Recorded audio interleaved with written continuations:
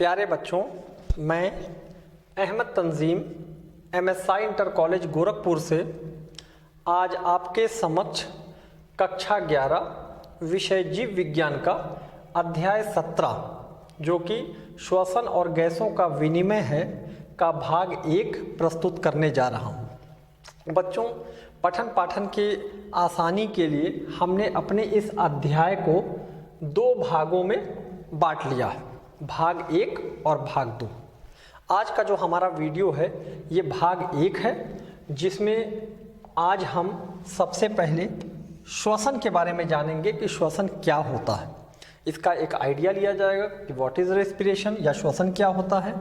इसके बाद हम श्वसन के प्रकार देखेंगे कि श्वसन कितने प्रकार का होता है और पाएंगे कि श्वसन 2 प्रकार का है, ऑक्सी श्वसन, अनऑक्सी श्वसन, और उसकी डिटेल देखा जाएगा। इसके बाद हम जंतुओं के विभिन्न वर्गों में जो श्वसन के अंग हैं, यानी एक कोशिकीय जीवों से लेकर मनुष्य तक जो अलग अलग वर्गों में जो श्वसन के अंग हैं जो श्वसन में सहायता करते हैं, उस पर एक नज़र डाला जाएगा, उसका एक आइडिया लिया जाएगा। और इसके बाद हमारा एक बहुत ही इम्पॉर्टेंट और मुख्य टॉपिक मानव में श्वसन अंग, इसको देखा जाएगा। इस टॉपिक में हम मानव में पाए जाने वाले विभिन्न अंगों को देखेंगे जो श्वसन में सहायता करते हैं, जो श्वसन तंत्र का भाग है। और उसमें सबसे मुख्य फेफड़े होंगे, चूँकि हमारे फेफड़े एक बंद गुहा में रहते हैं और उस गुहा को वक्ष गुहा कहा जाता है। तो भाग 1 में ही हम वक्ष गुहा यानी थोरैसिक कैविटी का भी एक आइडिया लेंगे। और इसके बाद हम श्वसन के विभिन्न चरण देखेंगे कि श्वसन के कौन कौन से चरण होते हैं। और जब भाग 2 में आएंगे तो भाग 2 में श्वसन यानी ब्रीदिंग और उसकी प्रक्रिया को देखा जाएगा, जो भी उसकी क्रियाविधि है उसकी डिटेल देखा जाएगा। और साथ में श्वसन से संबंधित कुछ आयतन हैं, इन आयतनों को देखा जाएगा। और गैसों का विनिमय एवं परिवहन यानी फेफड़ों में या कोशिकाओं में जो गैसों का विनिमय हो रहा है, ऑक्सीजन और कार्बन डाइऑक्साइड का, और साथ ही जो इन दोनों गैसों का जो परिवहन हो रहा है उसका एक आइडिया लिया जाएगा। और भाग 2 में ही हम श्वसन का नियमन भी देखेंगे रेगुलेशन ऑफ रेस्पिरेशन, कि मनुष्य में श्वसन किस प्रकार कंट्रोल होता है।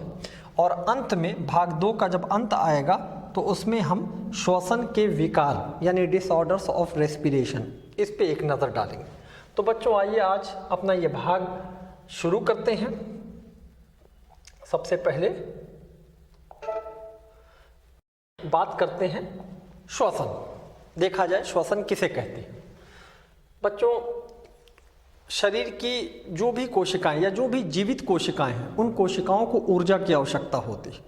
और ये ऊर्जा उनको अपने विभिन्न कार्यों के संचालन के लिए चाहिए। तो ये ऊर्जा कैसे प्राप्त करेंगे? ये खाद्य पदार्थों के ऑक्सीकरण से ऊर्जा प्राप्त करेंगे। यानी शरीर की कोशिकाओं को अपने कार्य संचालन के लिए ऊर्जा की आवश्यकता है। और ये ऊर्जा उनको कहाँ से मिलेगी? जो खाद्य पदार्थ है, जब उनका ऑक्सीकरण होगा तो उससे ये ऊर्जा प्राप्त करेंगे। अब इस ऑक्सीकरण के लिए अधिकतर जीवों में ऑक्सीजन का उपयोग होता है, यानी ऑक्सीजन उपयोग में लाई जाएगी और इस ऑक्सीजन से इन खाद्य पदार्थों का ऑक्सीकरण होगा और उससे ऊर्जा निकलेगी। और इस प्रक्रिया में कार्बन डाइऑक्साइड ये अपशिष्ट उत्पाद के रूप में उत्पन्न होगी। तो इस प्रकार जीवित रहने के लिए, अगर कोशिका को जीवित रहना है तो उसके लिए उसको ऊर्जा चाहिए, और ऊर्जा के लिए उसको भोज्य पदार्थों का ऑक्सीकरण करना होगा, जिसके लिए ऑक्सीजन यानी O2 का शरीर में प्रवेश करना अति आवश्यक है। और जब ऑक्सीजन शरीर में प्रवेश करेगी, कोशिकाओं में जाएगी, वहाँ पे भोज्य पदार्थों का ऑक्सीकरण कराएगी, तो इस प्रक्रिया में ऊर्जा मुक्त होगी। और साथ ही इस प्रक्रिया में कार्बन डाइऑक्साइड अपशिष्ट के रूप में निकलेगी। तो इस अपशिष्ट का शरीर से निष्कासन भी अति आवश्यक है। तो श्वसन वह प्रक्रिया है जिससे वायुमंडलीय ऑक्सीजन ये कोशिकाओं तक पहुंचेगी, कोशिकाओं तक पहुंचकर खाद्य पदार्थों का ऑक्सीकरण होगा और इस ऑक्सीकरण में ऊर्जा उत्पन्न होगी और साथ में जो अपशिष्ट कार्बन डाइऑक्साइड है ये कार्बन डाइऑक्साइड उत्पन्न होगी और ये शरीर से निष्कासित होगी। यानी श्वसन उन भौतिक रासायनिक क्रियाओं को सम्मिलित रूप से प्रदर्शित करता है जिसके अंतर्गत वायुमंडलीय ऑक्सीजन शरीर की कोशिकाओं तक पहुंचती है और भोजन के संपर्क में आकर उसके ऑक्सीकरण द्वारा ऊर्जा मुक्त होती है तथा उत्पन्न हुई कार्बन डाइऑक्साइड यानी अपशिष्ट उत्पन्न हुई कार्बन डाइऑक्साइड को शरीर से बाहर निकालती है। तो ऐसी जितनी भी भौतिक रासायनिक प्रक्रियाएं हैं जो भोजन के ऑक्सीकरण में मदद कर रही है और ऊर्जा की आवश्यकता की पूर्ति कर रही है उनको श्वसन कहा जाएगा। बच्चों, ये श्वसन दो प्रकार का होता है। तो आइए बात करते हैं श्वसन के प्रकार। अगर श्वसन ऑक्सीजन की उपस्थिति में हो रहा है तो इस श्वसन को ऑक्सी श्वसन या वायुजीवी श्वसन कहा जाता है। ऑक्सी श्वसन ऐसा श्वसन जो ऑक्सीजन की उपस्थिति में हो रहा है और अगर श्वसन ऑक्सीजन की अनुपस्थिति में होगा तो उसे अनऑक्सी श्वसन कहा जाएगा। तो आइए सबसे पहले बात करते हैं ऑक्सी श्वसन यानी एरोबिक रेस्पिरेशन की। ऑक्सी श्वसन ये केवल ऑक्सीजन की उपस्थिति में ही होता है, यानी इसके लिए ऑक्सीजन का होना अनिवार्य है और ऑक्सीजन की उपस्थिति में ही भोज्य पदार्थों का ऑक्सीकरण होगा। इस प्रक्रिया में यानी ऑक्सी श्वसन में ग्लूकोज पूर्ण रूप से ऑक्सीकृत होगा, यानी ग्लूकोज का जो अणु है वो ऑक्सीजन से मिलकर के पूर्ण रूप से ऑक्सीकृत होगा और अंत में कार्बन डाइऑक्साइड तथा जल मुक्त होंगे। यहाँ पे ये इक्वेशन दिखाया गया है जिसमें ग्लूकोज भोज्य पदार्थ ऊर्जा का स्रोत ये ऑक्सीजन की उपस्थिति में ये ऑक्सीकृत होता है और स्टेप बाय स्टेप ऑक्सीकृत होने के बाद अंत में ये ग्लूकोज पूर्ण रूप से टूट जाता है और इसमें कार्बन डाइऑक्साइड अपशिष्ट के रूप में मिलती है, साथ ही जल बनता है और इस प्रक्रिया में ऊर्जा भी प्राप्त होती है और इस ऊर्जा की सहायता से कोशिकाएं अपने विभिन्न कार्यों का संचालन करती हैं। तो इस प्रक्रिया में यानी ऑक्सी श्वसन में ग्लूकोज के एक अणु से 686 किलो कैलोरी ऊर्जा उत्पन्न होती है। साथ ही 38 एटीपी अणुओं का निर्माण होता है, यानी इस प्रक्रिया में एक ग्लूकोज का अणु टूटेगा और उसके टूटने पे 686 किलो कैलोरी ऊर्जा उत्पन्न होगी और साथ ही 38 एटीपी अणुओं का निर्माण होगा। और ये ऑक्सी श्वसन ये अधिकतर जंतुओं एवं पादपों के कोशिका द्रव और माइटोकॉन्ड्रिया दोनों में होता है। दूसरा जो प्रकार है अनऑक्सी श्वसन, ऐसा श्वसन जिसमें ऑक्सीजन की आवश्यकता नहीं होती है, इसको अनऑक्सी श्वसन कहा जाता है, यानी एनारोबिक रेस्पिरेशन। अनऑक्सी श्वसन ऑक्सीजन की अनुपस्थिति में होता है, यानी इसमें ऑक्सीजन की कोई ज़रूरत नहीं है, यह ऑक्सीजन की अनुपस्थिति में होगा और जब ऑक्सीजन की अनुपस्थिति में होगा तो ऐसे में जो भोज्य पदार्थ है, जो ऊर्जा का स्रोत है या ग्लूकोज है, ये ग्लूकोज पूर्ण रूप से नहीं टूटेगा और पूर्ण रूप से ना टूटने की वजह से इससे बहुत ही कम ऊर्जा प्राप्त होगी। तो इसमें ग्लूकोज आंशिक रूप से ऑक्सीकृत होता है और जब आंशिक रूप से ऑक्सीकृत होगा तो इस प्रक्रिया में कार्बन डाइऑक्साइड तथा एथिल अल्कोहल बनेगा या लैक्टिक अम्ल मुक्त होगा।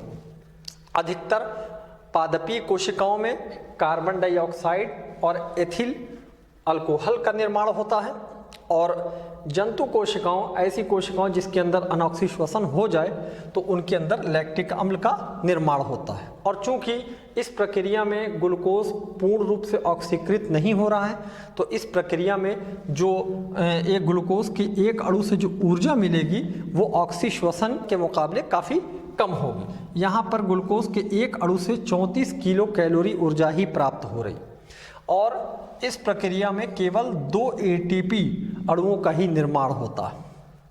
बच्चों यहाँ पर अनॉक्सी श्वसन की प्रक्रिया इक्वेशन के रूप में दिखाई गई है, जिसमें यीस्ट इसमें ग्लूकोज का एक अणु ऑक्सीजन की अनुपस्थिति में टूट रहा है, और ये पूर्ण रूप से नहीं टूट रहा है, आंशिक रूप से ऑक्सीकृत हो रहा है, जिसके कारण एथिल अल्कोहल तथा कार्बन डाइऑक्साइड मिल रही, और साथ में कुछ ऊर्जा 34 किलो कैलोरी तथा 2 एटीपी ऊर्जा प्राप्त हो रही। जबकि आंतरिक परजीवी, ऐसे परजीवी जो हमारे आंत में पाए जाते हैं, या ऐसी कोई भी कोशिकाएं जो जंतुओं में पाई जाती हैं, उनके अंदर अगर अनॉक्सी श्वसन होता है तो इसमें ग्लूकोज का एक अणु आंशिक रूप से ऑक्सीकृत होगा, और इस प्रक्रिया में लैक्टिक अम्ल का निर्माण होगा तथा कम ऊर्जा प्राप्त होती है। बच्चों यहाँ पर एक जानकारी और होनी चाहिए कि हमको थकान क्यों लगती है। बच्चों, जब कभी हम बहुत अधिक कार्य करते हैं तो अधिक कार्य करने की वजह से जो हमारी पेशियों की कोशिकाएं हैं या ऊतक हैं, उनको पूर्ण रूप से ऑक्सीजन नहीं मिल पाती, और जब उनको ऑक्सीजन नहीं मिल पाती तो ऐसे में वे ऊतक या वे कोशिकाएं अनॉक्सी श्वसन करने लगते हैं, और जब वे अनॉक्सी श्वसन करेंगे तो ऐसे में लैक्टिक अम्ल का निर्माण होने लगता है, और जब हमारे पेशियों में लैक्टिक अम्ल का निर्माण होगा तो हमको थकान महसूस होती है।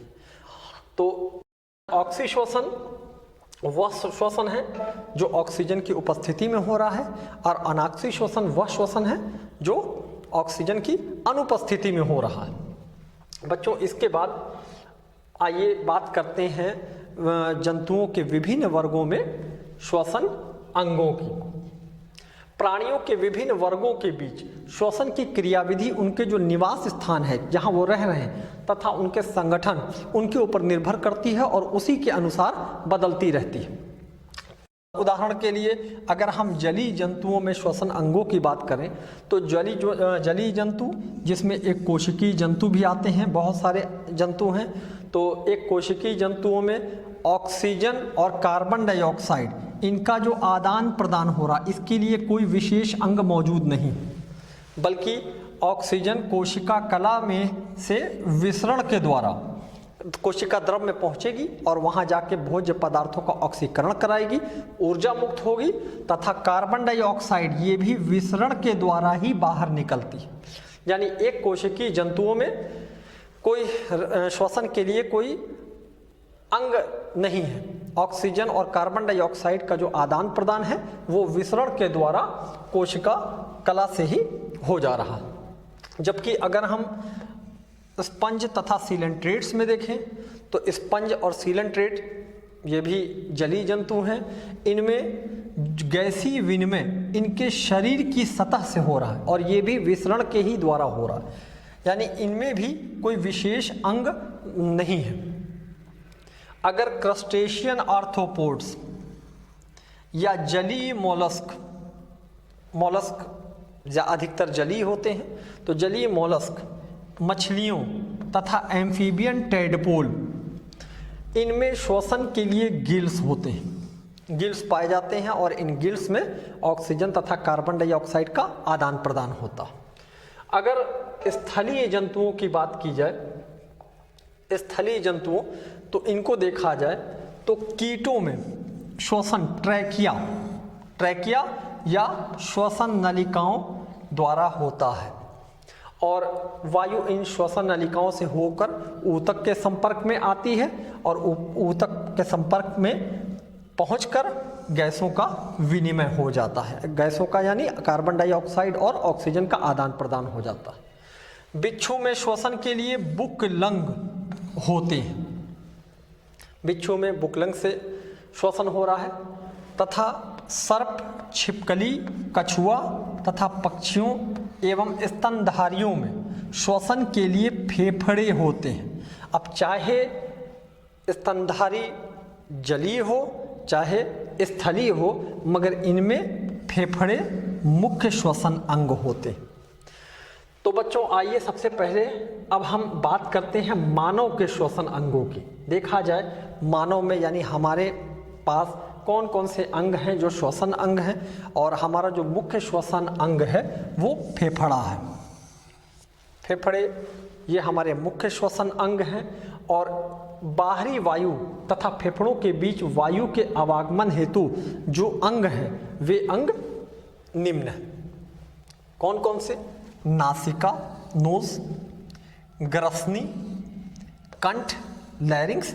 लैरिंक्स ये साउंड बॉक्स, इसका काम ध्वनि के लिए है, ये ध्वनि निकालने के काम आता है।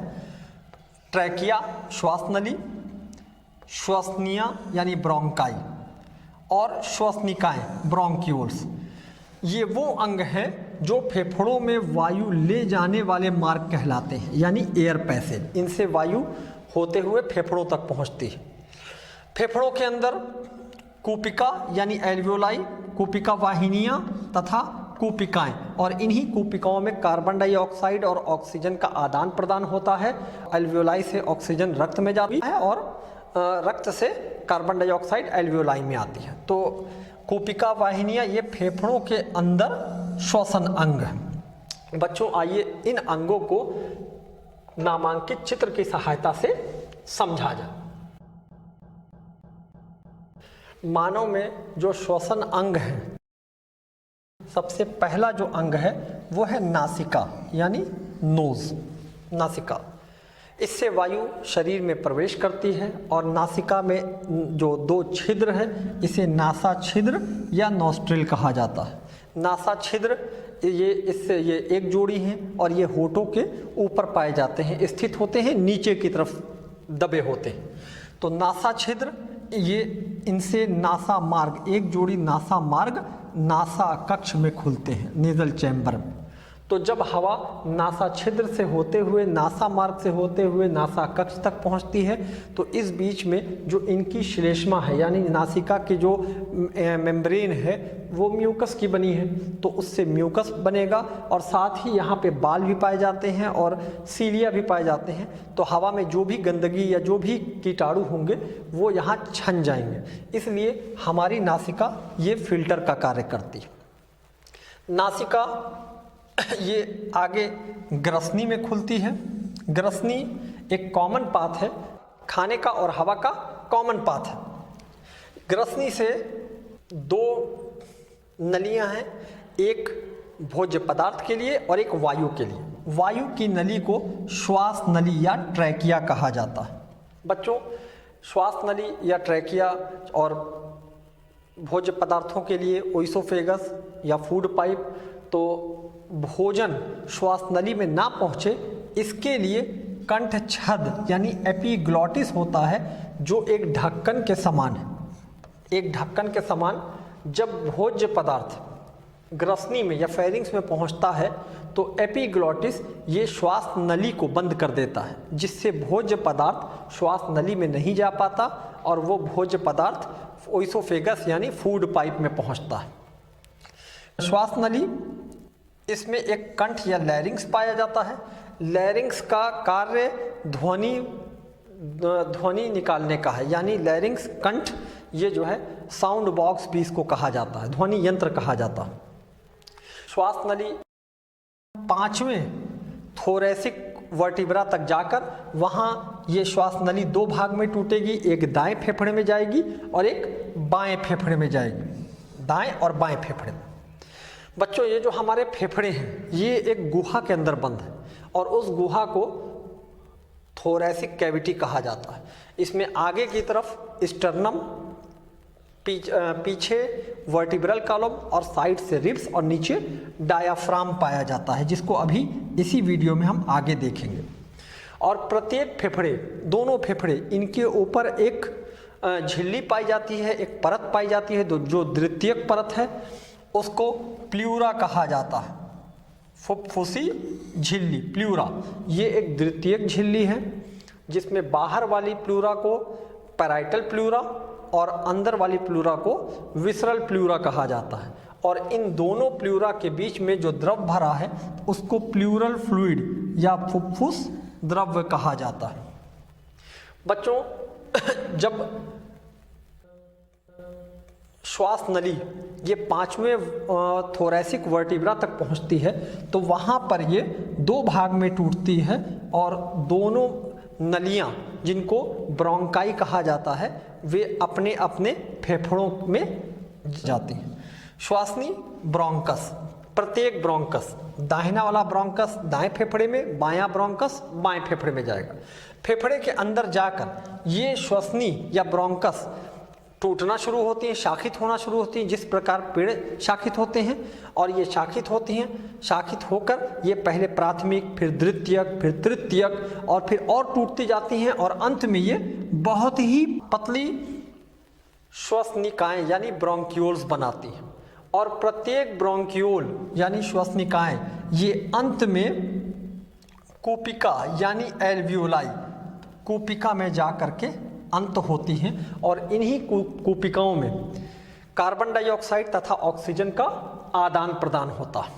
तो बच्चों ये जो हमारा श्वसन तंत्र है, इस श्वसन तंत्र में 2 भाग है। एक मुख्य अंग कूपिका जिसमें गैसों का विनिमय हो रहा है, आदान प्रदान हो रहा है, और बाकी वो मार्ग है जिससे ऑक्सीजन या हवा इन कूपिकाओं तक पहुंच रही है। बच्चों ये ट्रैकिया तथा ये ब्रोंकस श्वसनी तथा प्राथमिक, द्वितीयक, तृतीयक या जो भी ये यहाँ पे आपको एक वलय रिंग दिखाई दे रही होगी, ये इनको ट्रैकियल रिंग्स कहा जाता है। ये अपूर्ण उपस्थिति में वलय कहलाते हैं। ये सी के आकार की एक रिंग है। आप अपने गर्दन को छूकर भी इसको महसूस कर सकते हैं, फील कर सकते हैं। तो ये रिंग ये ट्रैकिया में, साथ ही श्वसनी में, प्राथमिक, द्वितीयक, तृतीयक श्वसनी तथा श्वसनिकाएं ब्रोंक्यूल्स इन सब में पाई जाती हैं और ये रिंग इनको पिचकने से बचाती है। बच्चों ये जो हमारा फेफड़ा है, ये फेफड़ा वक्ष गुहा में पाया जाता है यानी थोरैसिक कैविटी में पाया जाता है। यहाँ चित्र में आप देख रहे हैं वक्ष गुहा। वक्ष गुहा ये आगे उरोस्थी यानी स्टर्नम, पीछे वर्टिब्रल कॉलम, कशेरुकदंड और साइड से रिब्स, ये एक गुहा बन रही है और इस गुहा के अंदर फेफड़े पाए जाते हैं और ये एक वायुरोधी कक्ष है। फेफड़े वक्ष गुहा में स्थित होते हैं और ये वक्ष गुहा एक वायुरोधी कक्ष है। चूंकि इसका वायुरोधी होना ही फेफड़ों में हवा को पहुंचाता है, जो हम अभी आगे देखेंगे। वक्ष गुहा कक्ष पृष्ठ भाग में कशेरुकदंड आप देख सकते हैं, पृष्ठ भाग में कशेरुकदंड, अधर भाग में उरोस्थी। तो जो अधर भाग है इसमें उरोस्थी या स्टर्नम, पार्श्व में पसलियां रिब्स। तो पार्श्व में, साइड में पसलियां दोनों तरफ, रिब्स और नीचे डायाफ्राम, नीचे पेशी का बना एक डायाफ्राम, इसके द्वारा ये कक्ष बनता है और इस कक्ष को वक्ष गुहा कहा जाता है।